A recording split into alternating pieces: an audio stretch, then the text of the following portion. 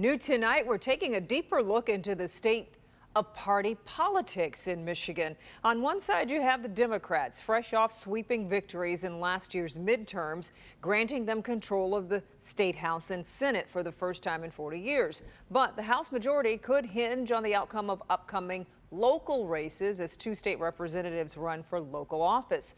On the other side, the state of Michigan's GOP is getting national attention this week, singled out as one of the states where the state party is a shadow of what it once was, cash-strapped. It's seen its donor base flee. Mara McDonald is live downtown tonight. Mara, that doesn't mean Republicans can't still win here, though. Let's make that clear. Kimberly, that's right, and that's exactly what national strategists are saying out of D.C. So how do you figure, you ask? Well, they say it's simple. It's a workaround. Let me show you.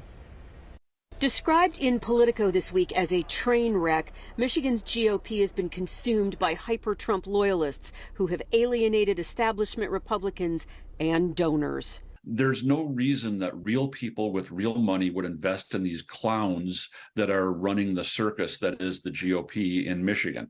I mean, the party is living in a van down by the river, effectively. They're bankrupt. Jeff Timmer is the former executive director of the Michigan GOP and vocal Trump critic. He agrees with the assessment in Politico that Michigan's GOP state party is a mess. So why do national strategists see possible GOP wins here, both for federal and state office? The answer, they say, is simple. You work around it with super PACs that can bypass the entire state party apparatus and fight digitally and on the airwaves, or closer to home, do what former Governor Rick Snyder and William Parfit are, fundraising in an effort to take back the state house. Snyder is the antithesis of MAGA, and he's advising Republicans trying to win back seats to stay above the fray. I told people we should just stay out of everything else. Stay out of the presidential election because that's very divisive. Stay out of all the party operational stuff and organizational stuff. It's a simple task.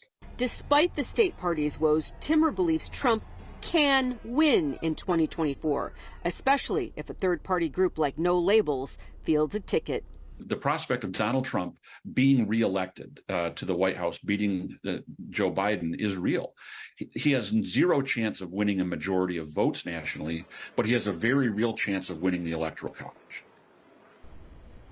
Back here live, interesting to note that the latest poll numbers in the presidential race come from the New York Times and Siena. It has the race at a dead heat. We're live downtown tonight. I'm Mara McDonald, Local 4. Okay, Mara, thank you.